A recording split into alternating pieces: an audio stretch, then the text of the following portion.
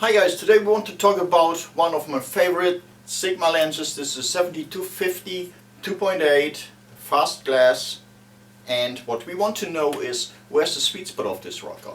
Is it at 2.8? Is it at 4.0? Is it at 8.0? Let's have a look. Okay guys, let's have a look at the results of our test. First off, you can best watch this on a full HD monitor and put this video in full screen, because then what I'm showing you is well, 1 pixel of the image is representing 1 pixel of the monitor. So first off, we started out, I took all the images by natural light. For the exception, I shot JPEG so that all images have the same sharpening and stuff. And I shot handheld most of the time, or I leaned on the table, but some shakiness will have been occurred here and there, even though the lens has image stabilization. There will be some shakiness by low shutter speeds. I shot these images in aperture priority, so I could solely focus on the aperture. So in this first series here, I focused on this chopped part of this Royal Orbit cup, and as you can see, even though it's at 2.8, it is really crisp.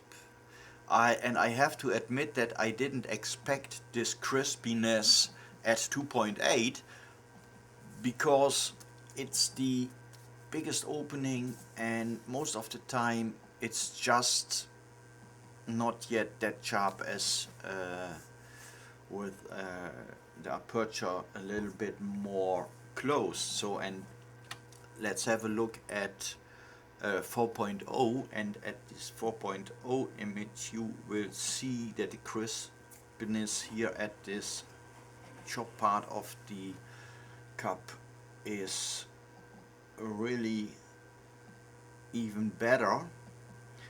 And I already think that that we have our winner aperture, just as with the Nifty 50 a while ago. You see here at 5.6 we have a little bit softness, but I guess that this is the result of my hand shakiness. And at 8.0 it's yeah, it's a little bit sharper again. But again, at my favorite aperture so far with this lens is f4, and amazingly 2.8 is performing very well. And well, I don't know if I already said that is I shot this series with 35mm focal length, and now we come to 50mm, because I wanted to have a look if there is also a difference in the sweet spot and in the sharpness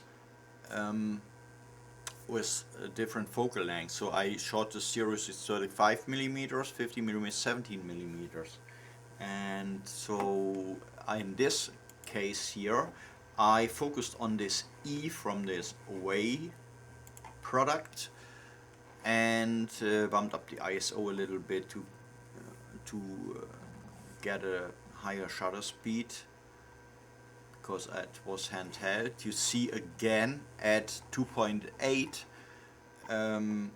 quite amazingly sharp, and when we go here to the 4.0, you see again that the crispiness is yeah, it's even that little bit crisper. Same results here at 5.6. F8 a little bit softer, but also again a little bit more shaky. The softness is really a result of the shakiness here at F11 with 1/13 of a second. Even though you have this image stabilization, you will have in these circumstances a little bit of a shakiness, softness in the image. What you will see when you look at it at 100%, so that 1 pixel of the image represents 1 pixel of the monitor. So now we go to the 17 millimeter, and again here starting out with 2.8. I focused here on the O from hot, and again I'm amazed about the crispiness at already 2.8, and this foreign lens from, I think, somewhere around between the 500 and 600 euros. A very quiet, affordable lens at 4.0 again, even in this focal length. The winner, 5.6, 8.0, and F11. And we can state that